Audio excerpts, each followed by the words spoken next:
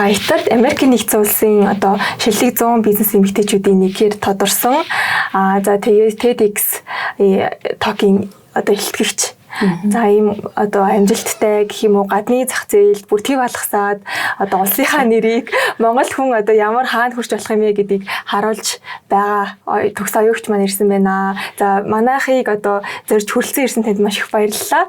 За хоёулаа эхлээд төгс оюун гэж яг хин юм бэ гэдгээр өнөөдрийнхөө ярилцлагыг эхлүүлье гэж бодож байна. За сайн байцгаана уу. Тэгээд өөртөө оролцуулсанд баярлалаа. Тэгээд цагааргаад одоо ингээ баяр наадмын болж байгаа ч гэсэн бас ингээ цагаараас баярлалаа. Тэгээд та үзэгчд бас хүмүүсээ дагагчд нь өнөөдөр минь төвшүүлээ. Намайг даваад оржин төгс оюун гэдэг. Тэгээд би болохоор яг Монгол мүйсийн олон улсын харилцаанд сургалт өгч байсан 2006 онд. Тэгээд 2008 онд тэгээд Дэлхийн банкны төсөлд ажиллаж байгаа. 2008 онд магистра Америкт санхүү бизнесийн удирдлага төгсгөр явсан. Тэгээ нарийн мэргэжил болохоор санхүү. Тэгээд буцаад 2011 онд Монголд ирээ. Тэгээ нэлээд олон төрлийн байгууллагч, олон улсын байгууллага, нэлээд олон байгууллагад ажиллаж агаад тэгээ 2016 оны сүүлээр одоо шинэ жилийн үеэр Christmas шинэ жилийн үеэр Америк буцаад очсон байгаа. Тэгээд түүнээс хойш 2000 IT стартап нэлээд олон ажил хийж байгаа. Тэгээ бүгднгээс нь доороос нь бүгдээс нь эхлэлтэй Америкт болохоор ерөөсөө таньдж игээл бүх юмнаас одоо эхлээд тэгээд 2019 онд Fit Fast буюу зорилготой бацаг намаа бичсэн. Тэгээд тэрийг нь бичээд тэгээд 2020 онд нэлээд ингээд маркетинг хийж агаад тэгээд тэр намаа бичих тул бас Stanford-ийн шинэ тэжээлийн бас юу сертификат авсан. Өөрөө суралцсан. Тэгээд тэгэнгүүтээ маркетинг нэлээд хийж агаад яг шинэ тэмцээлд категорид номер 1-т бүр жагсан. Тэгээд бестселлер болж исэн. Тэгээд 2020 онд бас оюу косметиксээ үүсгэн байгуулж исэн. Одоо оюу ботаника гэж нэрлэсэн байгаа. Тэгээд тэрэндээ бас үүсгэн байгуулахын тулд Formula Botanica-д бас суралцаад 2 жилийн програм байдэн. Тэрийг болохоор яг 1 жилийн дотор онлайнаар дүүргээд тэгээд бас хим орц найрлаг яаж organic skincare дипломог яаж органикоос ахны бараа бүтээх хийх үү тэрийг суралцаад тэгээ хийж эхэлсэн байгаа. Тэгээд таны дурчилсан 2023 он 24 онд тус бүр Америкийн топ бизнес эмэгтэйгээр тодорсон. Тэгээд 2023 онд шагналд нь оролцож амжаагүй. Тэгтээ 2024 онд Лас Вегаст очиж шагналаа авсан байгаа. Тэгээд 10 сард байсан тийм 10 сард байсан. Тэгээд айгүй тэрэн дээр болохоор бас та бүхэн бас бүгдээрээ оролцоод тэр яг бизнес эрхлэлтэй хүмүүс оролцсон бол айгүй нэлээд боломжтой цөөхийг айгүй дэмждэг Америкт эмэгтэй бизнес эрхлэгч бас цөөх гэдэг утгаараа ингээд айгүй дэмждэг. Тийм шагналууд орж оролцож болно. Тэгээд өнгөрсөн оны 2024 онд болохоор бас 7 сард TEDx Talk хийсэн. Тэр Камена Рамон Стрит тэгээд 3 илтгэгч ингээд онцлоо тэднээс сурталчлаад ингээд онц. Тэрний нэгээр нь тодорж исэн. Тэгээд тэр TEDx Talk болохоор юм хэд Human Connection in Digital World гэдэг. Тэгээ одоогийн дижитал цахим юм ертөнцид яаж хоорондоо ингээд харилцаа холбоотой үүсэх үү тэр талаар ярьсан байгаа. Тэгэл FOMO гэл ер нь бүх асуудлыг хөндөж ихсэн. Тэгээ ялангуяа өсвөр насныханд ямар асуудал турлж байгаа тэрийг бас хөндөж ярьсан байгаа. Хойлоо ингээд яг эхнээсээ эхлээл маш олон зүйл хийсэн гэдэг маш олон салбарлуу ингээд хөрөх гээд байгаа юм байна. Тэгэхээр ярих зүйлүүдээ одоо нэг бүрчлэн одоо маш дэлгэрэнгүйгээр зохицтой дараалтаа явъя гэж бодож байна. Тухайлх юм бол оюу косметикс таны бизнес байгаа шүү дээ. Тэгэхээр одоо үндсэн ажлаа болгож явсан уу? Би бас таны өмнөх нэг ярилцлага дээрээс сонсохдоо та өөрөө ийм органик гоо сайхны бүтээгдэхүүн борлуулдаг компанид дадлагчаар ажиллаж байсан. Нөгөө борлуулалтаар ч үл ажиллаж байхдаа яг энэ санааг олж аваад тэгээ ер нь хийгээд үзье гэд хэлсэн байлээ. Тэгээд онцлог зүйл гэх юм бол одоо орц найрлаганда Монгол цэцэрганы тос те сүүлийн тос гэх мэтчлэгийг ингээд оруулаад явдаг гэсэн. Тэгэхээр нэлээд сонирхолтой идея санаа байгаа байхгүй тий. Тэгэхээр яаж хөгжүүлж одоо энэ бизнесээ ингээд босгож үдийг хүргэсэн бэ? Өстой гоё судалгаатай баярлалаа. Тэгээд мөн нөгөө оюу косметик эхлээд гэж жаад бүр 2008 онд яг стараалтай хавал 2008 оноос сүүлээс органик сайхны дэлгүүрт ажилладаг байсан. Тэр нь болохоор Сан Франциско хотод Hayden Ashbury гэдэг газар байдаг. Тэр нь болохоор ерөнхийдөө нөгөө сангийн яг төвөөс жоохон зайдуу. Гэхдээ яг ингээд дунд нь хавцаа яг юу хаалтахгүйгээр тэгээд айгүй олон хүмүүс үйлчлүүлдэг байсан аахгүй. Тэгэл саунд гэхдээ Францаас ирдэг. Тэгсэн хүртэл айгүй үнэтэй. Тэг яагаад илүү үнэтэй ийм хүмүүс сонирхоод байна. Тэгэл орцсон найрлаг сонирхоод тэгэл бас нөгөө шампунууд ингээд органик тэрийг авч хэрэглэв. Органик мөртлөө ингээд хөөсрөх байгаа байхгүй. Тэгсэн мөртлөө айгүй гой ургуулад байгаа байхгүй. Гялзаад байгаа байхгүй. Тэгэхээр ингээд хөөсрөхгүй байж яаж ингээд үйлчлэлт юм бол тэгэл бүгдийнх нь нөгөө орцын ингээд сонирхоод тэг хүмүүс ингээд тайлбарлахад бол нөгөө бүгдийг ингээд мэдчих шаардлагатай шүү дээ. Тэгээд сонирхож ирсэн.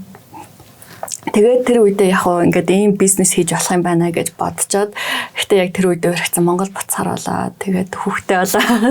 Тэгээд нэлээд олон салбарт ажиллаж ирсэн. Тэгээд буцаж очихгоотаа яг ингээд нөгөө төглөөтэй дипломаага хамгаалаад тийм ээ яаж их үү гэд тэгж хийсэн. Эхэлж гарахтаа болохоор эхлээд бүр сахлын ингээд комор гаргаж ирсэн. Эрэгтэй хөөний сахал тэрэнд нь яг цэцраны тас орцсон байдаг байхгүй юу.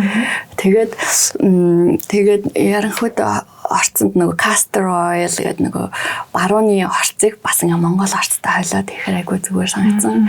Тэгээд бас таны дурдсан сүүлийн тоостой юм ингээ төрхлөг гаргасан. Тийм төрхлөг бол хааж байхгүй. Тэгээд ингээл гаргаж ирээл ийм давхураар савлгаатай.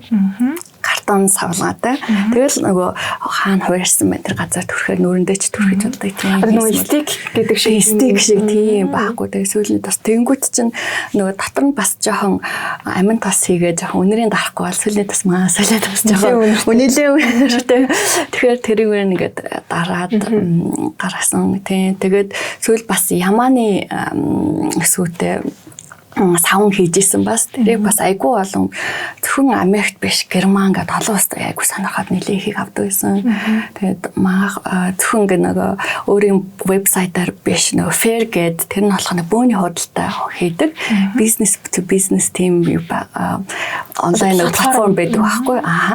Тэнгүүд чинь бизнесээс нөгөө өөр гоо сайхны салон ч юм уу те эсвэл нөгөө шууд дэлгүүрт нийлүү тийм газар айгүй их авдаг. Тэгээд тэрнээс авч ирсэн тийм тэгээ юуны янз янзын тийм орцтой Goji Berry гэдэг орцууд байна. Тэр нь болохоор бас Тибетээс гаргаж авсан тийм. Танаа байгалийн гаралтай одоо эко ногоон гэдэг. Яг үн.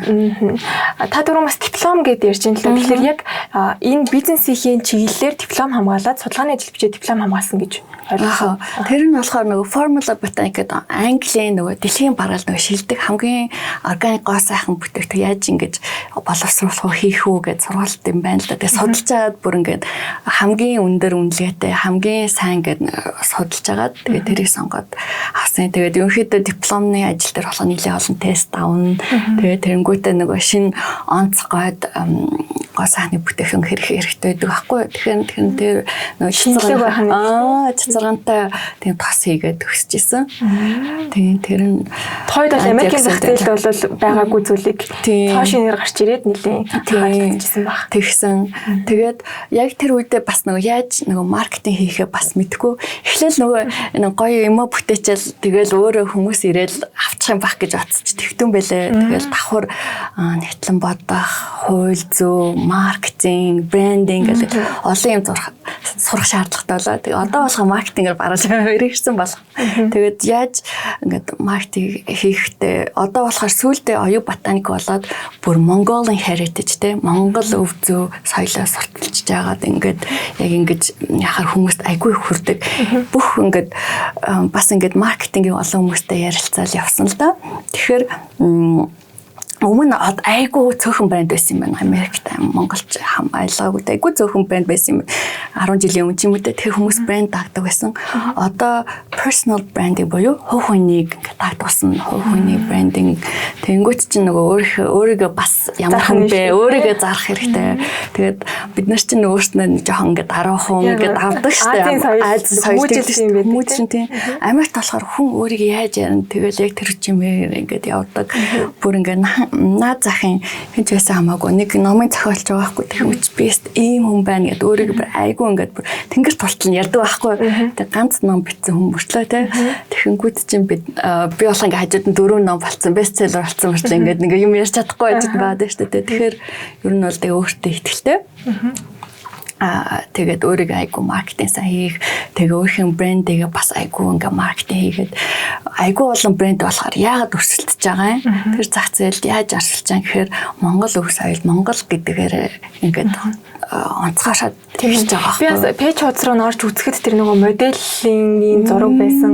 Бас AI ашиглаж бүтээсэн байсан тийм. Яг тэр нөгөө Монгол төрхийг ингээ гаргацсан.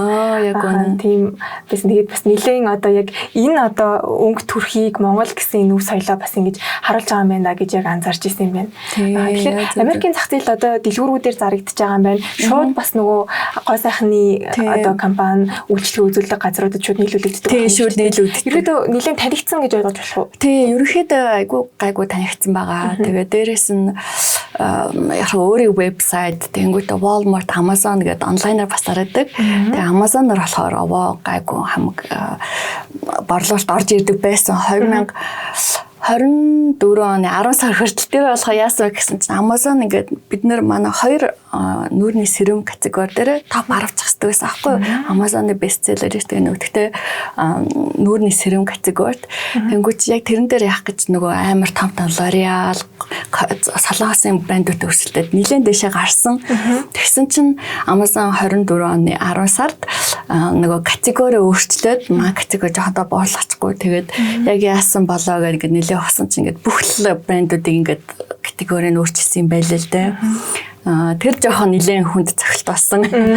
Тий. Тэгэхээр нэг хүмүүс авч татсан тэр категориасаа таны бүтээгдэхүүнийг хайгаад авдаг байсан чинь юм өөрчлөгдчихөөр одоо арай жоохон нөгөө меншн хийх гэдэг чинь одоо тэр хүмүүс санал болгох ч гэдэм үү тэр нь жоохон одоо ойлгоход жоохон хүндрэлтэй болсон. Тий. Тэгээд дээрэс нь нөгөө нэг Amazon PPC гэдэг өөрснийх нь тэгээд дээрэс нь cost per click гэдэг хэд хэдэн маркетинг өөр ингээд юмнууд байдаг байхгүй. Тэрийг ингээ илүү их маркетинг хийх шаардлагатай болсон. Тэгээд илүү ингээд бусдаас ялгарх шаардлагатай болж байгаа. Тэгээд ингээд Amazon дээр өөрхөн бизнесээ ч гэсэн ингээд сурталчлаа шүү дээ нэг өөрхөн бүтээгдэхүүн дээр. Тэгээд ингээд айгүй олон нэг keyword буюу нэг төлхөр өгнүүд ингээд хийгээд ингээд дэшээ гарсан ч гэсэн ингээд доор нь ингээд өөр холбогдолтой гингүүт өөр бас брэнд ингээд давхар сурталчлаад байгаа юм шиг санагдав. Айгүй ер нь Amazon дээр гараад ирдэг. Тэнгүүт чи бас өөр брэндийг би ингээд сурталчилж байгаа чи манай брэнд сурталчилж байгаа юм шиг тийм их гай байдаг. Бас асуудал байна. Тий. Үйлдвэрлэлийн хувьд бас нэлээд анхаарал татчихна л да. Тэгэхээр хэр ихийг үйлдвэрлэж юм бүтээгдэхүүнээ ямар хуу газруудыг сонгож ийн ер нь баталгаатай чанартай таны хүссэн одоо хэмжээнд хүрэхээр тгийж хийж чадж байгаа болов уу? Ер нь бол одоо бол яг одоо бидний яг одоогийн байдлаар болохоор handmade гар аргаар хийж байгаа үйлдвэрлэлээр хийж байгаа. Тэнгүүтэнтэй ингээд нэг хэдэн мянгаар нь үйлдвэрлээд байх биш нэг цөөн тоогоор илүү үнцэнтэй одоо 100 гарсан ч юм уу цөөхөн яг эсвэл захиалга орж ин тэр тухайн үед ингээд хийгээд үйлдвэрлэлээ явуулдаг гэсэн үг. Тэгээд яг одоогоор болохоор бас нэг өөр мужид арай нэг хямдхан тэг өөр мужид FDA approved энэ болохоор food drug administration гэдэг Америкийн юу тэрийгээр хүлээн зөвшөөрөлдсөн бас ISO 9001 хүлээн зөвшөөрсөн ийм үйлдвэрлэлийн газартай бас гэрээ хийхэд яригадад байж байгаа л да. Тэгээ яг энэ гой сайхны бүтээгдэхүүнийг Монголын зах зээл рүү оруулж ирэх боломжийг нь судалж үзсэн үү? Тий, өөрөө ерөнхийдөө ирсэн байгаа нэг шалтгаанууд энэ. Тэгээс Монголын зах зээл судлаад ерөнхийдөө хийх үл боломжтой юу гэж судлаад ирж байна. Тий. Тэгээд ерөнхийдөө өрсөлдөгч газруудаа судлаа. Ер нь бол тий. Тэгээд яг өөрөө ингээ ороод ямар дэлгүүрдээ бас байршуулж болох уу гэдэг ерөнхийдөө ингээд ороод нөгөө судлаа хийх маягаар хийж байгаа. Тийм манай чинь бас нэг 4-5 жилийн өмнөөс байхаа organic shop гэж нэгдээд яг Монголын яг ийм handmade бүтээгдэхүүнүүдийг бас борлуулад тэгээд биднэрт бас нөгөө нэг тэрүүн цэнийг нэлээ ойлголцсон гэх юм уу. Тэгэхээр бас хэрэглэгчтэй жоохон бэлтгэсэн байгаа болов уу гэж би бодож байна. Тэгвэл яг болж байна. Тий, түгээр айгүй боломжтой тог. Тэгээд нэг хүмүүс нэг орцын мэд чадгүй. Тэгээд ерөнхийдөө амархан тайлбарлахад орцын уншихад л хэцүү бол одоо ингээ уншиж чадахгүй паталапус гэл ингээл амар уртаа болчих штэ тий. Тэгвэл наа чи хийм юм байд санаа гэл ойлгочих болтой. Уншиж болохоор энгийн юм орцод байх юм бол органик орцтой гэж ерөнхийдөө ойлгож олно. Тэгтээ яг зав биш тий. Тэгээ маа ерөнхийдөө бүтээгдэхүүн болохоор 100% байгалийн аргалтай. Тэгээ дээрэс нь зарим бүтээгдэхүүн дээр одоо сүүлийн тастай болохгүй л дээ. Тэр бүтээгдэхүүн дээр болохгүй. Ерөнхийдөө нөгөө эрэгтэй хүний сахлын тас те нүүрний сэрүүмүүд дээр болохоор веган сертификат авсан баха. Тэр нь болохоор нөгөө нэг амтны амтны бос тэгээ дээрэс нь липин бааны гэдэг сертификат авсан. Липин баанд болохоор амтан дээр туршилт хийж үзээгүй гэсэн даваа талтай. Тэгээд хамгийн чухал сертификат болохоор EWG гэдэг сертификат. Тэр нь болохоор Environmental Working Group гэдэг. Тэр нь болохоор гээд энэ орцсон 1-10 үнэлээд одоо хорт бодис агуулсан байна уу? Эсвэл хавдар үүсгэж өстэй байна уу? Гэхдээ тэрийг яадаг шалгадаг. Ер нь бол дэлхийн хамгийн өндөр стандарт байхгүй. Тэгээ тэрийг авсан. Тэгээ маах болохоор хамгийн бага буюу одоо нэг дээр нь байдаг. Тэгэхээр ерөөсө хавдар үүсэхгүй байгалийн гаралтай юм органик гэдэг онцлог. Тэгээд яг тэрүүгээрээ бас ингээд юу гэрчлэгээ авцсан болохоор тэдний вебсайтаа барьж тэрүүгээ бас айгүй олон хэрэглэгч нар орж ирж юм бүтээгдэхүүн авдаг. Тийм. За бизнесийн хувьд нэг иймэрхүү байх нь. Тэр үндсэн мэргэжил санхүүч гэдэг чинь тэгэхээр Монголд одоо нэг бодлого зангид яг одоо гүйцэтгэл хийдэг эдийн засгийн хөгжлийн яам сангийн яамд ажиллаж исэн гэж сонссон. Тэгэхээр энэ талаараа дурдвал хэдээс хэдэн оны хооронд ажиллаж ив. Тэгээд яагаад ер нь Америк нэгдсэн улсыг зорих болсон бэ? Ер нь эдийн засгийн хөгжлийн яамд 2014 он 13 он тэнгуүтээ сангийн яамд дараа шилжиж орсон. Тэгэхээр ерөнхийдөө тэгээд хөгжлийн бодлого зээл туслан хэлцтэй ажиллаж байсан. Тэгээд ерөнхийдөө яг тэнд ажиллаж байхад бол төрийн нэлээд олон арга хэмжээ зохион байгуулсан. Асемиг бас зохион байгуулж исэн. Тэнгуүтээ нөгөө сангийн сайд нарыг бас зохион байгуулж исэн. Тэгэхээр нэлээд ачаал хаагаад ажиллаа сурсан. Тэгэхээр айгу ер нь бол хаач ингээл ажилласан нь бол тэгэл туршлага соромжлалтай байдаг шүү дээ тий. Тэгээд яагаад Америкт зарах болсон баха нөгөө анхны хүүхэд нь гараад жоохон өвчин тусаад ингээд ороогоод байсан болохоор тэгэхээр за хоёлаа өвөл ерөнхийдөө Америк явъя да гэж нөхөртөөгөө шийдээ гуруулаа Америкаас байхгүй. Тэгэл очоод ерөнхийдөө болохоор нөгөө ерөнхийдөө виза зохицуулаад тэнгуүтэ за шал одоо болохоор өмнө нэг сурж исэн хэмжээндээ биш бизнес хийгээд бас монголчуудад туслая гэд одоо ерөнхийдөө бас нэг тэнд Сан Францискогийн бизнес зөвлөлт үүсгэн байгуулж исэн. Тэрүүгээр жил хасын өмнө тэргүүнээр ажиллаж исэн. Тэгэхээр гих жишээнд ерөнхийдөө бас Монгол community-тэй буцаад эргүүлж өгөө. Америкт ажиллаж амьдардаг. Одоо Монголд иргэд маань хэрхэн яаж бизнес хийх вэ, хэрхэн яаж үйл дээрээ босох уу гэдэг тэр арга техникийг хуваалцдаг байсан. Тэгээд анхны бас нөгөө Сан Францискод юу яаж исэн? Америк Монголын экспо зохион байгуулж исэн. Тэгээд үзэсгэлэн худалдаа бизнесүүд ингээд сурталчлаа. Тэгээд нөгөө өрөөнд нь болохоор бас ингээд хідэн спикерүүдийг ураад амжилттай явж байгаа хүмүүсүүдийг ураад ингээд яажсэн. Тийм зохион байгуулж исэн нэлээд том арга хэмжээний. Тэгэхээр нэлээд бас сонирхол татчихин. Биднэрт бол төсөөлөгдөхгүй байгаа юм л да. Одоо яаж одоо тэр хилт амнаа те харийн нутагт ингээд монголчууд маань бизнес эрхлээд те экспо зохион байгуулад энийхээ ийм зүйл хийдэг ингэдэг тэгдэг гэдгээрээ ингээд уулзалтаад ингэдэм ээ штэ. Тэгэхээр тэрнээс одоо хуваалцах юм бол ямар бизнес эрхлээд монголчууд ер нь хэр амьдарч болж ийн ер нь боломж хэр вэ? Ер нь бол өмнө жил бүр 2008 онд би очиж сурж ирсэн штэ. Тэр үед чинь болохоор ихэнхдээ ингээд эмэгтэйчүүд нь зөөгч хийгээд эрэгтэйчүүд нь пиццад өгдөг ч юм тийм байсан аахгүй. Одоо болохоор ерөнхийдөө дуртай цагтаа ажилтдаг тийм ажлууд хийдэг болсон. Жишээлбэл нөгөө машин барьдаг ч юм уу, Uber юм уу эсвэл нөгөө хоол зөөдөг тийм ажлууд ингээд илтэй болсон. Тэгэхээр тэрийг хийж байгаа байлаа. Гэтэ өмнөхөө бодвол нэлээд олон бизнестэй болсон. Тэр бол нөгөө ховнор болоод ингээд өөрийн эзэн болоод тийм. Холбол ямар бизнес дээр ерөнхийдөө их хөвчлэн нөгөө бүсчилч яриа л да тий. Сан Францискод yung баруун эргээр болохоор рестораны бизнес айгүй их байдаг. Тэгээ дээрээс нь цэцэрлэг айгүй их байгуулж юм. Цэцэрлэг айгүй их байгуулж. Тэгээд нээл салон тий хомсны салон манай нөгөө эмэгтэйчүүд бас айгүй мундаг штэ тийм доор тийм хийж. Тэнгүүтээ бас лимузин бариад яг ингээд таксидны чулууж биш лимузин бариад гоё ингээд костюм пижаатай өмнөдөө машин хар Cadillac юм гайгүй биш унаад тийм бизнес хийдэг болсон байлээ. ерөнхийдөө бас IT-ийн хэд хэдэн бизнес байсан. Тэр бас айгүй сайн ууштай. Тэгээд ерөнхийдөө бас нэг хэд надаас гадна Калифорнид 2 өөр үйлдвэр байгаа. Нэг нь Ноос Ноолораар тэгтээ юу ингээд хүзүүний оролт тэнгуүтэ малгай нэг цөөхөн тон юмуд хийдэг. Тийм байлээ. Тэгээд Америкчуудаас нэлээд сонирхох бах тийм манай Ноолорч бас нэлээд чанартай. Тийм. Тэгээ өөрснөө ингээд өөрснөө үйлдвэрлэждэг. Калифорнид байлаа. Тэгээ дахиад нэг юу сонирхол татсан болохоор өөрөө бас гутал хийгээд зардаг тийм байсан. Тэр айгуу таалагдсан. Яг тэр хүний хөлнийх нь анцлагтанд тааруулаад гутлыг хийгээд арьсан гутал зардаг тийм бизнес байсан. Тэгээд зүүн эргээр болохоор жоохон арай өөр төрлийнхтэй нөгөө чулуун бизнес гэдэг нэг хотоодоос өөр онцгой болоод байна. Цагаар маараа дагаад тийм. Тэгээд яг тэнднийхэн юу арай нэг өсөх боломжтой ямар бизнес вэ тэрэндээ ороод ташгаа.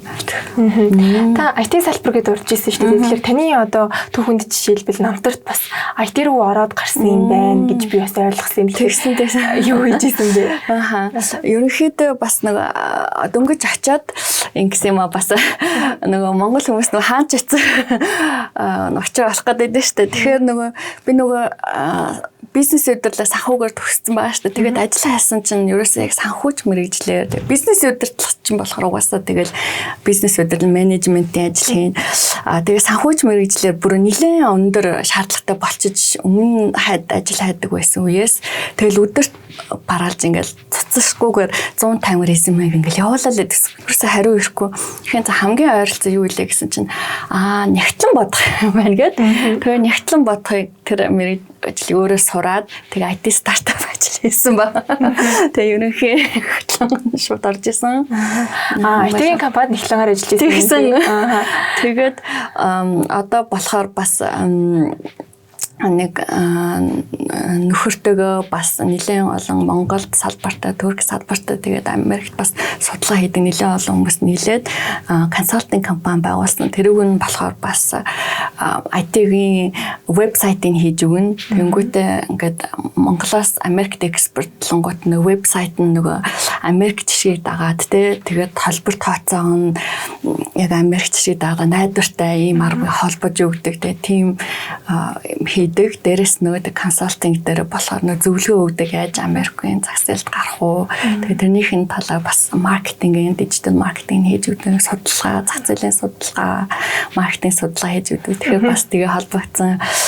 Тэгээд дээрээс нь бас чиний нөгөө юу асуух гэж ойлгож байл да. Би нөгөө нэг энэ жил 2025 оны 4 сард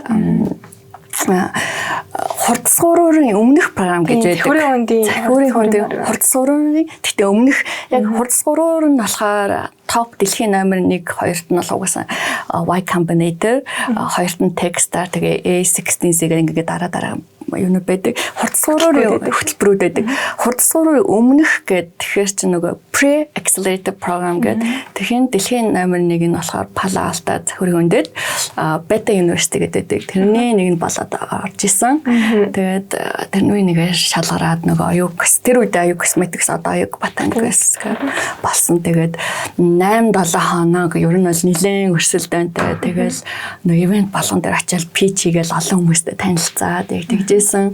Тэгээ одоо болохоор тэрний дараа нь болохоор нэг circle гэдэг дараачийн хэмжээний нөгөө топ 10 төгсөгч нэг нь болоо дараачийн арга хэмжээ нь болоо явж байгаа. Тиймд очиод тэрийгээ бас өргөжлүүлээд хийх юм. Тэгээд яг тэрийг ингээ мэдээд би өөрийнхөө нөгөө яг нөгөө Монголд тэнд талдахаа мэдгүй яг өөрийнхөө сошиал медиад хандгууд айгүй олон хүмүүс шеэр хийгээд чи миний дараа 2 бүр байгуулга орсон бэлээ. Нэг нь AI стартап байсан. Тэгээд нөгөөх нь болохоор бас нэг EdTech нэг тийм компаниас тэр нь орсон бэлээ. Дараа нь тэр хурцгүй компани. Тэгэхээр ерөнхийдөө ингээл мэдээлэл аваад ороод байгаа нь айгүй баярлалаа штэ тийм ээ. Бас их юм сурж байгаа. Таны TikTok-ийн хэлтгэлээс бас сонсож явах нөгөө хэрхэн яаж энэ дижитал ертөнцтэй human бид нар яаж холбогдох вэ? Хүмүүс бид нар яаж холбогдох вэ гэж хэлсэн шүү дээ. Одоо та хүүхдийн жишээгээр хүүхд маань уцаад ингээд Roblox найзуудтайгаа холбогдоод ингээд тоглож штэ ингээд багасаа ингэж өсөөд байна гэж хэлж ирсэн. Тийм. Ийм хүмүүс таны нөгөө энэ сурсан захиурын үндэд сурсан гэдэг юм уу бизнесээ сурчлах байгаа энэ зүйлтэй бас нэлээд холбогддог баг. Тэгэхээр бид нарт одоо манай сонсогчид маань бас нэг одоо суралцсан зүйлээсээ хуваалцах юм бол одоо алгоритмч гэдэг юм уу яаж юу нэг дижитал ертөнцид хөлөө олохын хэрвээ бизнестэй хүмүүс байх юм бол тий. Ерөнхийдөө одоо ингээл бүх юм чинь нөгөө нэг AI болоод байна шүү дээ тий. Тэгэхээр ерөнхийдөө нөгөө цаг тухайд ингээл бүгднтэй нийцүүл явахаас арга байхгүй нөгөө түрээ TEDx би ярьжсэн чинь нөгөө найзууд нуулзаад бүгдөө Roblox тоглолцонгууд би хүүхдээ уцаа авахгүй үгүй гэд ганцаараа тэгэхэр чи болохгүй байгаа байхгүй. Тэгэхээр яа ч ингээл өгөөл устантай ингээл хөл нийлээл ажиллахаас арга байхгүй. Тэгэхээр одоо нөгөө захиурын хүнд ерөнхийдөө tech тий одоо Америкийн эдийн засгийг чинь Калифорни авч байгаа байхгүй. Гэхдээ яг тэр тухайд захиурын үнэ авч байгаа байхгүй. Тэгэхээр одоо ерөөс AI бум болж байгаа. Тэгэхээр AI-тай холбоотой хүнд хэрэгтэй. Ерөнхийдөө альва бизнес чинь ерөнхийдөө ямар асуудал байна тэрийг яаж шийдвэрлэж байгаа шүү дээ. Тэгэхээр амар олон түүл гараад ирсэн байлээ. Надад болохоор амар тусалж байгаа миний ажлыг хөнгөвчлж байгаа. Жишээлбэл би нөгөө өөрийнхөө personal brand бас LinkedIn дээр хөгжүүлж эхэлж байгаа. Ерөнхийдөө Facebook, Instagram аваа гайгууд байгаа ч LinkedIn-ээр ерөөс архицсан байсан чинь одоо тэрийг хөгжүүлж эхэлж байгаа. LinkedIn-ээр болохоор ингээд хид хідэн түүл байдیں۔ Яатай холбоотой. Тэнгүүтээ би чамайг энэ тал дээр expertise хийхэд бол би ингээд тэдэн цагт ийм пост бичвэл болох уу гэд Windows пост яагаад зөвшөөрлийг аваад би тэрийг окей тэдэн цаг тавьж олж энийг тэдэн цаг тавьж олж ингээд өөрөө зөвшөөрөө тэгэж яадаг тийм одоо яа. Таны өнөөс ажлыг тань хийж өгöd байгаа юм шүү дээ. Тэгээ тийм төлөвлөд байна. Тэгээ тийм нэлээд хэдэн төлөв байгаа л одоо сүүлд би ашиглаж Tableau, Omnia Creators гэдэг хэд хэдэн юм байгаа. Тэгээд хэрхэн нөгөө заавал сар бүрийн нэг subscription гэдэг дээ шүү дээ. Сарын төлбөр төлөх тийм юмнууд байгаа л да. Угаасаа бизнес модель. Гэхдээ аль нь шилдэг сонгож аваад өөрөө хэрэгжилж болно. Тэгээ ерөнхийдөө ингээд бүх ажлын ингээд хөнгөвчлөл байна л да. Тэгэл би нөгөө зар сурталчилгаа хийнгүүт чинь бүх ингээд өмнөх зар сурталчилгааныг авчаад энэ арай ашигтай байсан, энэ олон тандалтай байсан ингээд яар ингээд тодруулах гараад ирж байгаа. Тэгвэл ийм хөдөө зар сурталчилгаа хийвэл боломж юм байна гэдэг дараа чи юм гараад ирнэ. Айгүй боломж юм байлаа. Таны одоо энэ хүртэл одоо намтар түүхээс гэх юм уу хийж бүтээсэн зүйлээс ингээ харахад ерөөсөө зогсолтгүй байнга өөрийгөө ингээ хөгжүүлдэг. Нэг юм дайчин те яг нэг юм санаандаа ингээд ботсон бол тэрнийг хэрэгжүүлэхийн төлөө явдаг юм шиг ийм хүмүүжил харагдаад байгаа. Тэгэхээр яг энэ дайчин эмэгтэйн ард те энэ хүмүүжил төлөвшлийн ард мэдээж сайн ээж аав, сайн одоо нөхөр гэр бүл байх гэж бодож байна. Тэгэхээр таны ер нь хүмүүжил эцэг их чинь ер нь юуг танд зөвлөж ямар зарчимтай хүн болгож ер нь төлөвшүүлв тэгээд үүнээсээ болоод бас хань нөхрөө сонгохдоо яаж сонгож исэн бэ тий хувь хүнийг бүтээхдээ бас яаж энэ өнөөдрийн төгс оюун бүтсэн болоо гэж.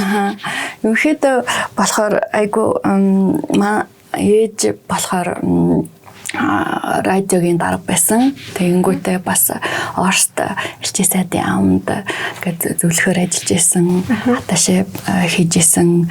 Тэгээд дээрэс нь болохоор бас хятадд хэдэн жил явж исэн, ажиллаж исэн. Тэгээд ерөнхийдөө ингээд багаас нь ингээд нөгөө Европоор аялал олон орн үзүүлсэн. Тэгээд аав маань жоохон бахад өнгөрсөн юм да. Тэгээд тухайн үед болохоор ерөнхий сайдын зөвлөх байсан.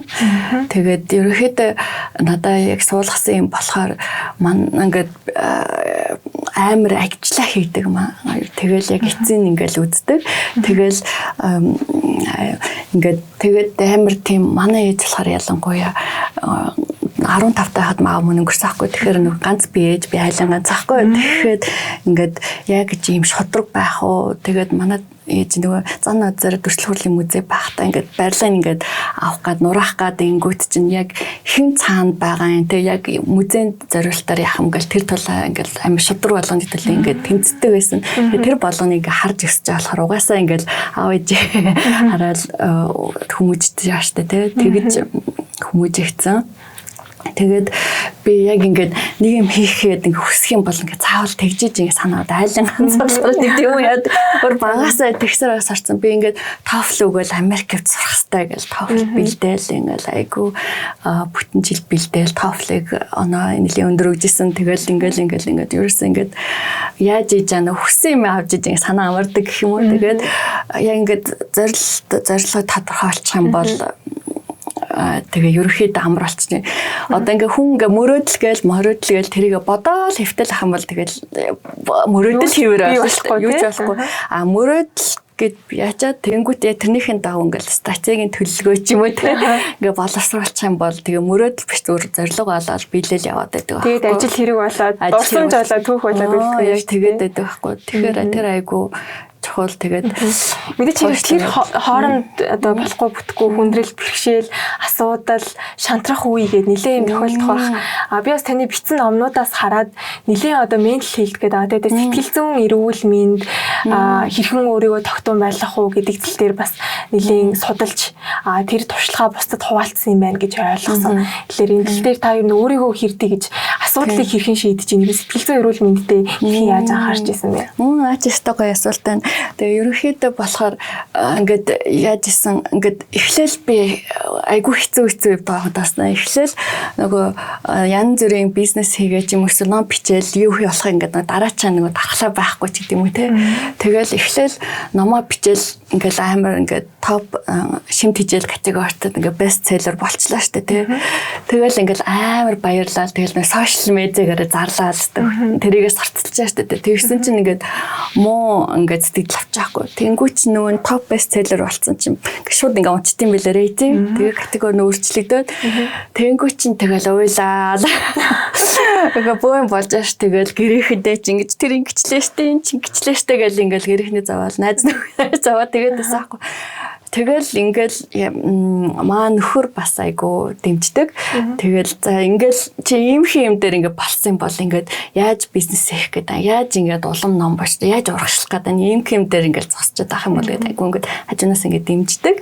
Тэгээд сэтгэл зүйн айгу тийм айгу сайн хүн тэгэл амар тайван байлуудаг намайг тэгэхээр айгу зөв тийм би ч ингээд хийчихэл хий ингээд хийгээд яваад байгаа маань айгу юм тогтоо тайван гэдэг айгу ингээд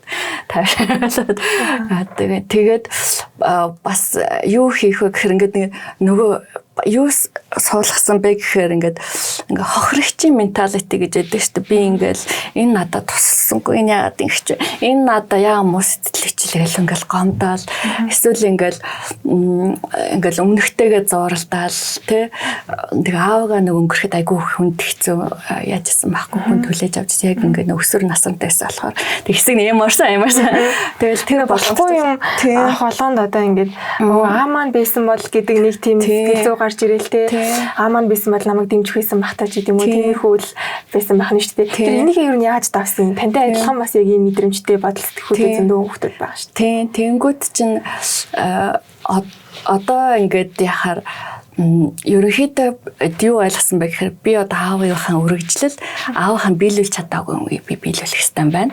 Тэгээд дээрэс нь өөр амбицлаа тэр амбиц бас биелүүлэх юм бол миний аав тэнгэрээс хараад баярлах нь штэ гэдэг тийм менталитет суулгацсан. Тэгээд дээрэс нь нөгөө growth mindset л гэдэг нь өсөх дэвжгийн юм сэтгэлээ суулгасан.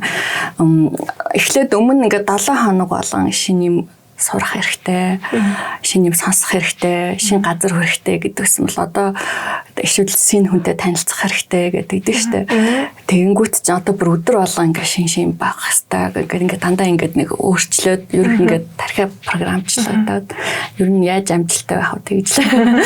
Хаяа нэг оноод зүгээр л ингээл оршоол те. Нэг тийм үе ер нь гарч ийн байга одоос ингээд урам зоригтой байх, өдөр болгон шинэ юм сурах гэхээр бас нэлээд ядрах байх, биеийн хувьд сэтгэл зүйн хувьд ч гэж бодогдоод байна. Тэр зүгээр нэг эмор үедээ эмордог. Эмор байна. Эмор үедээ байна. Ингээд бас ингээд стрессээ ингээд тайлхаарах ч гэдэм үү те. Зүгээр юу ч хийхгүй гэртээ суудаг юм эсвэл найзуудтай ярьд юм уу. Ерөнхийдөө болохоор нөгөө хамгийн өглөөс ирэл өөртөө хамгийн түрүүнд цаг зарцуулдаг. Яадаг вэ гэхээр эсвэл нөгөө хайкинд ууланд алах эсвэл ингээ алхах ч юм уу те. Эхний сэрэл уц муцаа оролтгүйгээр шууд гараал алхачдیں۔ Тэгэл тэр өдрийнхэн нөгөө тэнгуүтээ бас давхар медитейшн хийж байгаа байхгүй. Би өнөөдөр юу хийх ёстой лээ, яах ёстой лээ гэдэг ингээд бүх юм ингээд хэлээ гэж бяцлаа бодчихно. Яг тэгэж алхаж байхдаа нөгөө бизнес санаа маань олж исэн байхгүй юу. Тэгэхээр тэгээд нөгөө алхахтаа айгуу дуртай. Тэгээ номын талаар англи хэл дээр эхэлж номнуудаа биччихээд хамгийн ихний номоо бол 22 онд орчуулад Монголын зах зээлд бас түгэж хийсэн юм байна гэж харж ирсэн. Тэгэхээр ямар номнууд бичижсэн бэ? Би одоо эдгээр уншаад мэдсэн байгаа л ч үзэгчдтэй хуваалцах сонирхолтой. Тийм. Тэгээд Fit Fast гэдэг төрөнд урьдсан 2019 онд гаргасан. Тэгээд тэрний дараа 2021 онд Unlock Yourself гэдэг өөрийгөө нээхүүгээ тэр өөрөөсөө туслах ном бичсэн байгаа self help book. Тэгэнгүүтээ тэрийг ерөнхийдөө болох нэг ковид үеэр бид нэг бүгдээрээ ингээд нэг карантинлогдлаа. Тэгээ бид нар болох нэг Америкт болохоор бас нэг Аз гэдэг бас тэрийг ингээд гадуурхууд байсан байхгүй. Тэнгүүд чинь яаж тэр стрессээ тайлах вэ те. Тэгээ хоббитэй яаж болох вэ? Тэнгүүдээ яаж нөө сэтгэлээгээ өөрчлөх, ерөнхийдөө өөрөө яаж тэр стресссэн байна те. Тэрийг яаж даван туусан талаар бичсэн. Тэнгүүдээ нөө ном хаал туршлага явуулчихсан тий. Тэгээ нөө нэг бүлэг болгоны ард нэг worksheet-тэй даалгавартай. Тэгээ тэр юугаар сурсан байна. Гэхдээ тэгвэл ном ингээ уншаад мартчихдээ шүү дээ. Тэнгүү worksheet-тэй болохоор чинь нэг бас нэг хүндэн толгойд нүлт эн чинь бүлгэн дээр дараа нь юм хийж ирсэн шүү дээ. Бас үлдэхээр тэгж хийсэн. Тий. Тэгээд 2020 онд болохоор засалтай мацаг номоо орчуулад гаргаж исэн. Тэгээ яг тэр үеэр бас амж мэрэгжилтэй хүнээр бас редакторлуулаад гаргасан. Яа тэгэхээр бас нөгөө мэрэгжлийн тэг судалгаан дээр суурсан ном болохоор зохиолын амаас биш болохоор яг тэгж мэрэгжлийн хүнээр редакторлуулаад гаргаж исэн. Тэгээ одоо болохоор нөгөө интернет азхуур тэг онлайн юунуудаа бүх платформ дээр зарагдж байгаа. Тэгээ сүүлд 2024 онд болохоор Amazon Selling Mastery гэдэг Amazon-д хэрхэн борлуулах вэ гэдэг өөрөө нөгөө нэг оюу cosmetics багт одоо оюу ботаник Amazon дээр бестселлер болоод нөгөө түрүүн хэлсэн шүү дээ те нүүрний сэрэм категорид тэргүүлж. Тэгэхээр яаж тэрийг хийх вэ? Яаж бараа бүтээгдэхүүний тайлбарыг бичих үү, зургийг яаж оруулах уу, тэгээ яаж нэг ингээ эхэлчих үү те. Тэгээ жишээлбэл хүмүүсүүд юм мэдтгүү юмыг одоо шууд нийтээр хэлэх юм бол нөгөө Amazon дээр ингээд бүртгүүлчихэл за одоо юу их вэ гэвлээгээд хүмүүс тэгж болохгүй. Бүх юм бэлэн болгочоо бүртгүүлчихэд Amazon 14 honeymoon period гэдэг байхгүй. Тэрний яадаг вэ гэхээр 14 хоног чиний бүтээгдэхүүн чинь сурталчлаад өгдөг байхгүй. Тэгэхээр яг тэрийг хугацаа би өөрөө алдчихсан болохоор бас хүмүүс зөвлөд өгдөг байхгүй. Тэрийг алдахгүйгээр шууд юм хийгээрээ. Тэгээ миний ном уншчих юм бол би нөгөө нэг яаж ингээд зураг засч чадахгүй. Тэгэл нөгөө тэдний customer service нөгөө хүмүүстэй холбогдоод би зураг оруулах чадахгүй штэ гэдэг тайлбар чинь болохгүй байна гэсэн чинь тэнд би антиоксидант гэдэг anti-inflammation гэдэг юм оруулсан юм байна л да. Тэгэнгүүт чинь болохгүй байгаа даахгүй. Тэгэхээр чинь тайлбар бас ингээд ингэсээр бод би айгүй олон хоног алдчих واخгүй 20 хоног гаргаж алж. Тэгэхээр хүмүүс бити тэгээсэ гэдэг үднээсээ бас энэ номыг гаргасан. Тэгээд unlock гэсэн өөрийгөө нээхгөө бас сая нэлээд нөгөө өөрийнхөө хувийн нөгөө бизнесээ сурталж байгаас илүү номоо нэлээд их сурталчлаад тэгээд Amazon дээр A+ content гэж байдаг үнгүй сурталчлаг юм байдیں۔ Тэгээд айгүй олон сэтгэл говьачаа гэдэг ингээд ингэж нэлээд маркетинг хийж агаад сая анхны удаа 2025 оны шилдэг бүтээлэгээр тодороод номер 1 бестселлер болсон. Тэгээд тэр тохоо үеж дөр оруулсан байгаа. Тийм. За сонирхолтой байна. Хийсэн юм болгоно ингээд нэг чулуу болгоно гэж яддаг штэ тий. Ингэж зорж харин тий өөр чулуу болгох байна. Тий юмны ард гарахгүй бол ингээд санаа амардаг хүмүүс штэ тий хүмүүс. Тасаа ковид үед нөгөө нэг ялгаруулан гадуурхалтад өртөж ингэсэн би. Ер нь бол ингээд Америкт бизнесээ хөөцөлдөөд өөрийнхөө одоо тэр компанийг босгох гээд ингээд явж хахад юм тэр хүмүүсийн хандлага хэрэг байдیں۔ Одоо Amazon-ээр бараа бүтээгдэхүүний сурталчилсан ч гэсэндээ нэг Аз эмэгтэй ингэж гарч ирээд тий. Би нэг юм хийгээд байна гэдгээр тэр юу хэрхэн хүлээж авт юм бол ер нь бол гайгүй шүү. Ер нь жижиг дунд бизнес айгүй сан дэмждэг. Тэгэхээр би бас хүмүүсүүдийг бас Америкт өчигдөр цорол зохион байгуулсан байхгүй Америк руу экспорт гаргах гээд.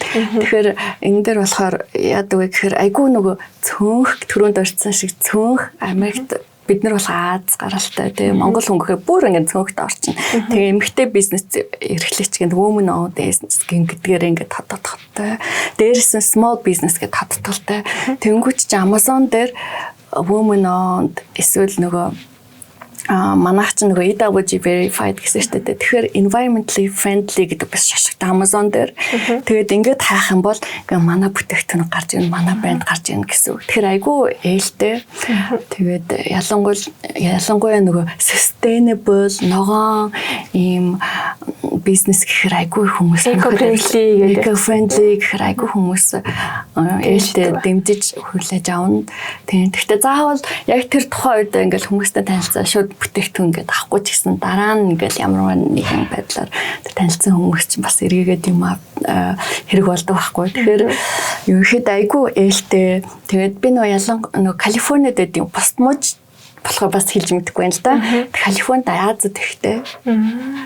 Тэгээд ерөнхийдөө хятадын төгөөд ихтэй нөгөө захирын өндөө чинь төгөөд айгүй хайтгийн хийдэг нэгтлэн бодох юм бас айгүй хийдэг. Тэгэхээр бас Азад ихтэй газар болохоор харцсангүй айгүй яг ковидын үеэр болохоор нөгөө яг нөгөө хятад хөөш харагдаад байгаа болохоор тэр үед болохоор жоохон гим хийсэн юм шиг айгүй хэцүү байгаа ч юм шиг байсан. Тэгтээ бол яг тэр үед аваад болохоор ерөнхийдөө гайгүй басан доо. Тэгээ Калифорни болохоор харцсангүй гайгүй. Эх орноо ер нь санаж гин үү? Өссөн цагтаа ирж болж гин үү? Тэнд бас үндэсний цөөх гэдгээрээ өөрийгөө тодорхойлоод ингээд сурчлаад явдаг болохоор бас гайгүй ч байдаг юм болов уу гэж бодлоо. Тий, ерөнхийдөө бас энэтэй бас санана. Гэхдээ ерөнхийдөө олон жил болчихгоод чинь гайгүй болчт юм билээ. Эхний 1-2 жилдээ бүр ялангуяа нэг оюутан болоо очиход айгүй их ингээд шантраад буцаа явах юмсан ингээд тэгдэг байсан. Тэгэхээр одоо болохоор ерөнхийдөө гайгүй болсон. Тэнд нөө гэр бүлтэйгээ тэгээ хүүхдүүд маань тэнд байдаг болохоор бас арай гайцсан гайгүй. Тэгээд ээж хатан ээж минь ингээд иргэн очин байдаг болохоор бас гайгүй. Тэгтээ одоо ингээд өөрөө ингээд орж гарахад асуудалгүй ингээд наашаа ирдэг болохоор бас гайгүй болцсон маань. Тэгээд ерөнхийдөө зөвшөөрсөн байна тий. Гэхдээ ерөнхийдөө айгүй их олон шин барилга баригдсан байна. Тэгээд хүмүүс юм заахад одоо 3 жил болж байна. 3 жилийн өмнө нэг зарталтай мацсан ном нэг хэлтэй ээжээ тэгээд заахгүй. Тэгсэн чинь сая бол ингээд барилгын нэр мэр хингүүцчихөө. Хэвээ тэр олон барилгыг чинь бүр мэдхэ болцсон байна. Хөдөө гадаа ер нь явсан уу? Одоо энэ жил бол яваагүй байна. Одоо тэгтээ наад мань хүүд олон ходог явна. Хүүхдүүдээ ер нь Монгол хүн гэдгээр нь одоо мэдүүлж үсгэж чадчихэв үү? Америкт одоо хэл нэлээд мартаж байгаа гэсэн юм асуудлууд нэлээд яригдаад байна. Тий. Яг зөв. Тэгээд ерөнхийдөө маань хүү уулна гэд Монгол төрсэн. Тэгээд том хүн маань тэгээд 3 настайд бид хоёр Америк явсан. Тэгээд гуруула Америк явсан. Тэгээд яг уулна монгол хэлээр хэлд арчаад монгол хэлээр ном уншдаг байжгаад Америкт очсон гот бас нөгөө биднээс нэг culture shock гэдэг шүү дээ. Тэгээд хүүхдэд тоглохгоо очингууд юу яриад хэнийг ч хүүхд ойлгохгүй. Тэгээд хүүхд стресстэй юм бэлээ. Тэгээд тэрний дараа яасан юм бэ мэдэхгүй. Монголоор ярихгүйгээд англиар ярина гэд тийм суудсан байсан. Одоо эргээд болохоор монгол хэлээрээ ярий гэдэг айгүй сураад байгаа. Тэгээд дээрэс нь манай охин бас бага охин болохоор нөгөө манай хадам ээж одоо Америкт байгаа байхгүй. Тэнгүүт нь ингээд хадам ээж англиар ярихгүй шүү. Яг зөвхөн монголоор яриа гэхээр монголоор яриад ойлголцоо яваад байгаа. Тэгэхээр айгүй зүгээр. Манай хүү бас жуудагаар хичээлдэг. Багш нь монгол хүн байдаг. 7 хоногт 4 удаа явдаг. Тэгээ монголоор заагаа явдаг. Тэгэхээр яг тэр мөр нь айгүй тосолдох гэж бодож байна. Ер нь бол монгол хүмүүстэйгээ бас нийлээл тэгэл монгол орчинтой байгаад болохоор гайгүй байна. Одоо энэ жил наадмаа үзчихэд буцаж байгаа шүү дээ. Том бодохгүй. Догтлж гин үү? Ер нь наадмаас ямар хүлээлттэй вэ? Тийм. Одоо наадмын нээлт үзнэ гэж давдлаад гэсэн чинь нөгөө билет авах гэсэн чинь шууд хэдхэн минутын дотор дууссан шүү дээ. Би тэгдэг. Би ч бүр итгэхгүй заастаа нээлт үдэнцээ гэдгсэн. Тэгтээ одоо тэгэл үзхийг бодно да. Нээлтийг үзээ. Тэгээд хайгаал явж байна. Харин тэгээд наадмын нээлт гоё болох байх. Ялангуяа одоо Японы эзэн хаа ирсэн байгаа. Тийм тэг ирээд үзнэ гэсэн тий. Тэгэхээр бас нэлээд гоё болох болов гэж хүлээлттэй байгаа даа шүү. Сан Францискод бас монголчууд маань нийлээд наадмаа хийдэг байх л та. Тийм. Яг адилхан болдгоо та хэд маань. Ерөнхийдөө тийштэй яг адилхан болно. Гэхдээ юу байрлалаа. Тийм хүүхдэд оролдоод яг ингэ болдог. Ном харваагаа хийн. Юм болно. Тэгээд гоё айгүй их нөгөө тэнд бас монгол бүжиг заадаг хүмүүс байдیں۔ Тэгэл тэднийг монгол бүжиг бүжиглэн дуулна. Тэгэл яг л Монголд байгаа шиг айгүй гоё болдیں۔ Жил олон болдог. Тий. Тэгээд нэг хитэ хасартай бас хоошороо зараад тий. Тэр хоол монгол хоолоо ирснээсээ хойш идэж гин үү? Хоол харин тийм. Тэгээ хоол идэж байгаа монгол хоолоо санаалаа ирсэн тий. Тэгээ гайгүй жоохон эхний удаа жоохон хорцдог гадайсан нөө хоошор мөшөр идчихээр жоохон хорцдог. Тэгтээ бол одоо бол гайгүй тасчаад байна. Хорцтой бидний бие. Одоо Америк нэгдсэн улсад бизнес эрхлэхэд одоо нөгөө хууль эрх зүйн орчин татварын систем гэдэг бас нэлийн Монголоос бол өөр байх. Гэтэ бас учрыг нь олоод явж гин тий. Ер нь хүндрэл бэрхшээлүүд хэрэг гарч ийн. Улс төрийн нөхцөл байдал бас ер нь бизнес эрхлэгчдэд хэрхэн нөлөөлд юм бэ? Ер нь бол айгүй нөлөөлнө. Ерөнхийдөө сая энэ жилээс ажиллагдахад болохоор хүмүүс мөнгөтэй хүмүүс ч ерөнхийдөө хүмүүс ингээ ажилтны байдалд харцсан. Тэнгүүтээ ингээд нөгөө юм хөдөлтөж авахгүй ингээ хүлээлттэй байгаа. Тэгээд ерөнхийдөө нөгөө кредит карт гэж байдаг аахгүй нөгөө зээлийн карт тэрийг ашиглалтын хэмжээ нь хамгийн өндөртэй хөрж мөрцөн. Тэгэхээр ерөнхийдөө хүмүүс мөнгөө зарцуулахгүй жоох ажилтны байдалд байгаа. Ерөнхийдөө нөгөө шинэ ерөнхийлөгч юу их гэдэг нь яах гэдэг нь тий.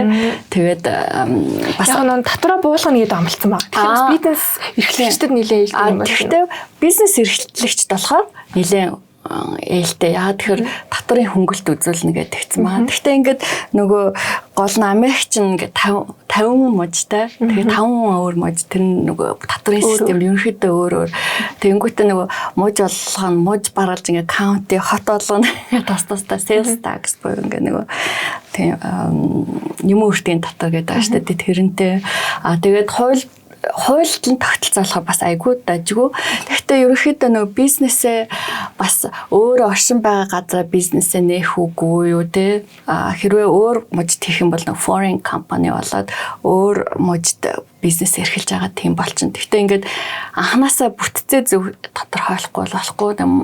Монголч нь хэх гэл тэгдэж штэ. Тэр шиг LLC гэ байдэн. Гэхдээ дотор нэлээд олон төрөлтэй sole proprietorship, LLC, дээрээс нь C corp, S corp тэгээ муж болгоно ондоо мөнгө төлдөг. Ерөнхийдөө жишээлбэл хамгийн амтхан $50-аас $800 байт юм уу? Хамгийн үнэтэй $800 Калифорни мэдээж.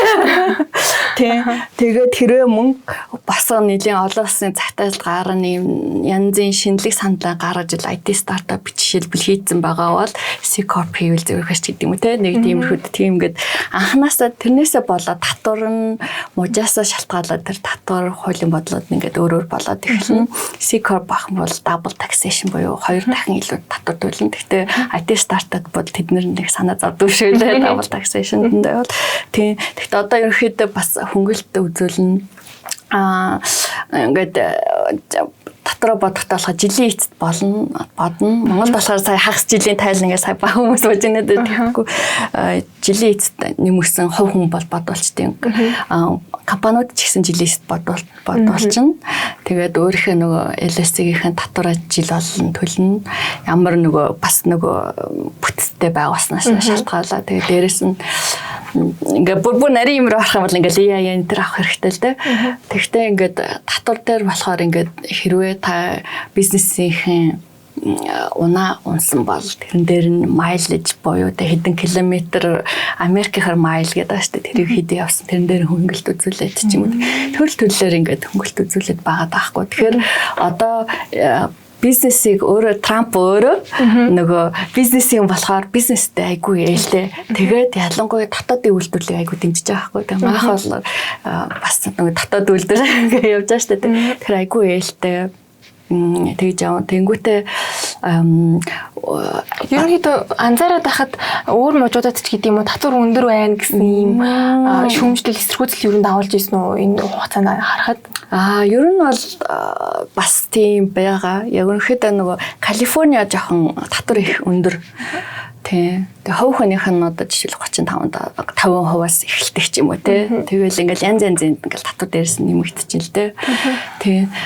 Тэгтээ бас ингээд бизнес эрхлэлчин хөнгөлт үзүүлнэ гэхээр чинь бас айгу бизнес эхлэхэд айгу боломжийн болж байгаа хгүй. Тэгээд айгу янз янзын шиг програмууд зарлагдал байгаа юм бэлээ. Тэгээд бизнес эрхлүүл ингээд хэрвээ нөгөө кредит оноо цуглуулсан бол би бас нэг хэд хэдэн корпорацтай гэрээтэй байдیں۔ Банкнуудтай таньдаг тэгэнгүүтээ тэг хувийн зээл гаргаж өгдөг ч юм уу те. Тэрмэрэнд хүмүүс тусалдаг. Тэгээд зуучилж өгдөг. Тийм байгаа даа. Тэгэхээр ерөөхдөө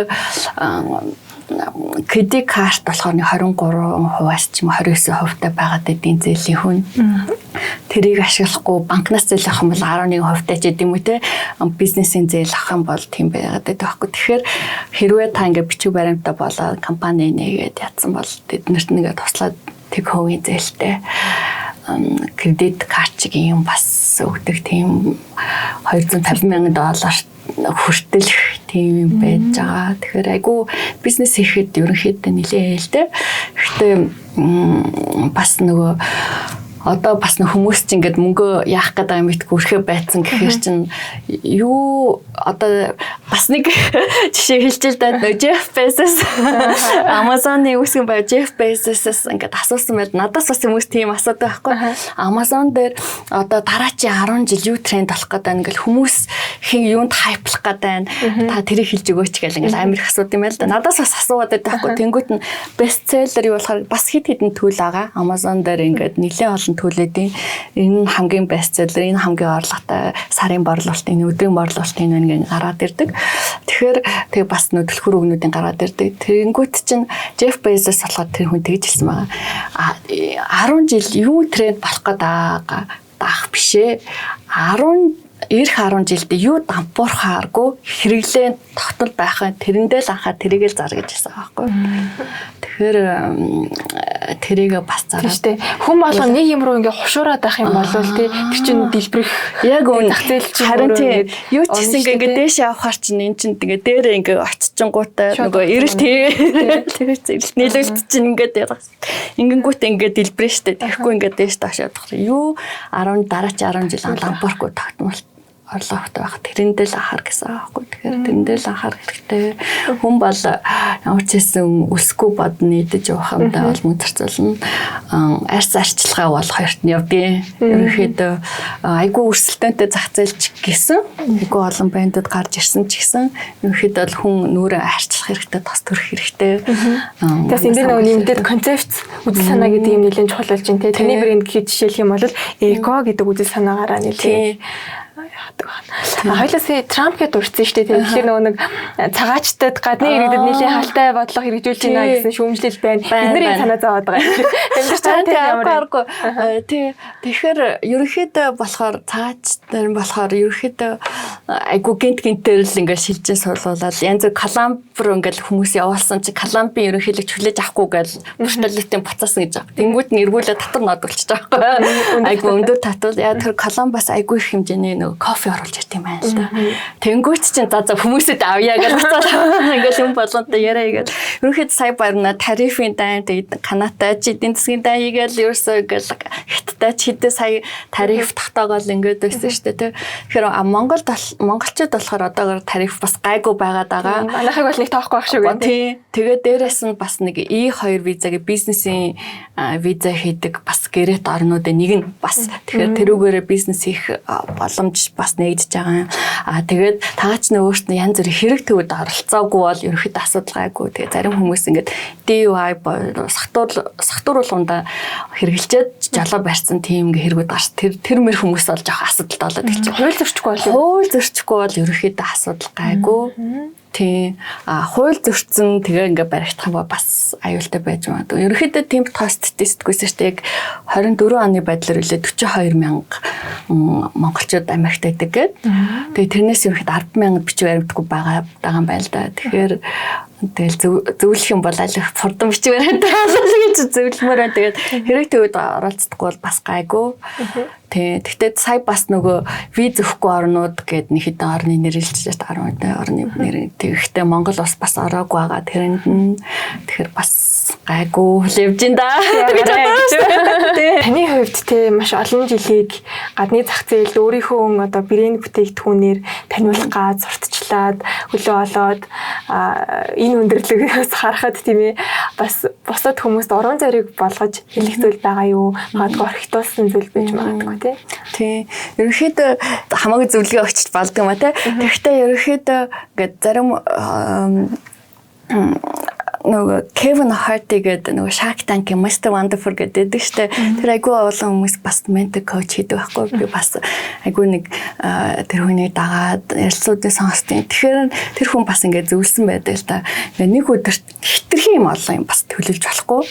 Одоо танд ингээд сэрүүн байх те 18 цаг байна. 6 цаг унтлаа гэж бодоход 18 цаг байна. Яг тэгэхэд гол 3 зорилгоо тодорхойлол 3 юм хийчих гинэ. Тэгээ тэр юмны хард ингээл өдөр болгон гараад бай гинэ.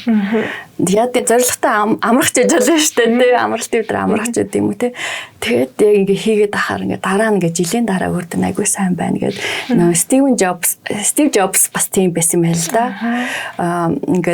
Ингээд сигнал өгдөг гинэ ингээд 18 цаг байх юм. Яг тэрний 3 юм бол заавал хийх хэрэгтэй. Ингээд бусдууд noise буюу ингээд дэмий юмнууд байдаг.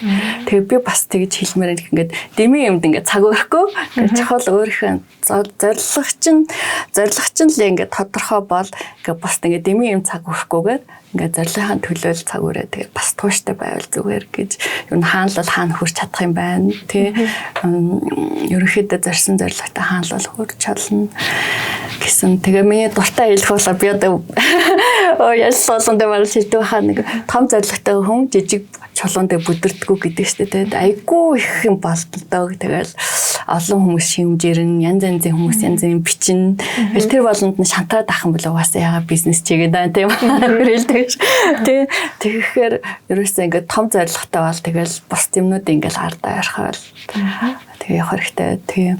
Тэгээ бас нөгөө TED Talk дээр би бас нөгөө жоохон authentic бай гэдэг хэлээд байдаг шүү дээ. Authentic байгаа. Тэгээ Монгол үг соёлоо бас ингээд сурталчлаад тэгээд дээрэс нь болохоор ерөнхийдөө тийм дэмий юмд цаг зарцуулахгүй хөө тэгээ зорилгын төлөө явал айгу зүгээр. Elon Musk жишээлбэл тийм ингээд тэр ингээд 3 сигнал гэдэг ааштай 3 зорилго биелүүлчих гэх.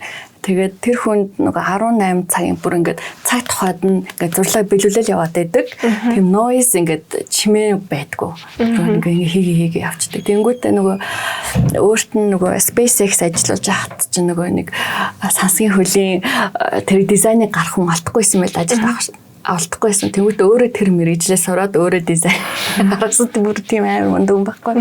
Тэгэхээр одоо тэр жишээлээ те ямар ингээл зорилготой тэрнийхээ дагуу ингээд төлөвлөгөө хийгээ тэгээд санаанд ч багтаад тэгээд бүх хүнээ шүү гэдэг юм тий. Тэгээд тэр Kevin Hart ярьж байгаа болохоор бас хүн болгон бас бизнес хийдэг гинэ 3-1 ч юм уу бизнес хийгээд амжилттай байдаг. Яагаад тэгэхээр зарим хүмүүс болохоор мэдээж лак тэр нь болохоор нөгөө азтай байдал хоёрдугаарт нь дисциплин гинэ яг өдөр болгон тэрийг хийдэг зорилгын даав. Нэг өдөр хийжэл маргааш нь хийхгүй байгаад ах юм бол ингээд болохгүй нэ шүү дээ. Дисциплин гэхээр сахилэг бат. Тэгээ энийг хийхдээ 3 тал нь болохоор бас ингээд consistency тэгээ бас hard work гэдэг тогтмол байдлаа тэгээ өөрөө ингээд сайн ажиллах шахуу хөдөлмөл гэхдээ одоо болох бас шаруу хөдөлмөрс гадна бас ухаалаг хөдөлмөр зэрэг AI ашиглангоо зөндөө төлөв гараад ирсэн. Тэрийг ашиглаад productivity өөр бүтээлтэй байдлаа дэмжих юм л да. Сайн тэрийг илүү өөр бүтээлтэй ажил хийж болох гэдэг байгаа байхгүй. Тий. За баярлалаа. Маш хэрэгтэй зүйлүүд бас сонсож байгаагүй гоё гоё жишээнүүдээр тайлбарласан маш их баярлалаа. Тэгээд зүгээр л одоо ингээд бидний нэг юм гэдэг шиг те одоо Монгол хүний нэгэн мах цусны тасархай Монгол хүн гэдэг тэр одоо ондоошлыг тодорхойлтыг те одоо тэр төв одоо дамнан алгасан ингээд тэнд түгээж байгаа тэнд одоо оршиж байгаа тэнд зүгээр оршиж байгаа чинь биднэрт маш их юм азтай хэрэг байна. Би бол тантай уулзч ярилцсандаа маш их олзуурхаж байна. Тэгээд маш их баярлалаа гэж хэлье. Үзэгчдийнхээ өмнөөс ч гэсэн бас. За их баярлалаа ингээд цаг зав зарцуулсан. Бас хүн чинь одоо цаг зарцуулах гэхээр бас айгүй хүндэтгэлийн асуудал болоод байгаа. Тэгэхээр бас бусдуудыг ингээд хүндэтлээ бас цаг зарцуулаад тэгээд бас үзэгчтэй ингээд цаг зарт гарцуулаа үзсэн бас баярлалаа. Тэгээд амжилт хүсье. Тэгээд ямар зорилгоо бол бас биелүүлж болно шүү. Тэгээд асуух зүйлээр бас хандаад асууж болно. Instagram хаягаар оруулчихна. За баярлалаа. Сайхан надаарай. За баярлалаа. Сайн яваарай. Сайхан надаарай. Сайн суужаарай. Тэгээд ийм гоё бас хүмүүсүүдийг ингээд дэмжсэн бас цаг тухайд нь ингээд мэдээлэл оруулдаг гоё сайч юу? Баярлалаа тий. За баярлалаа. За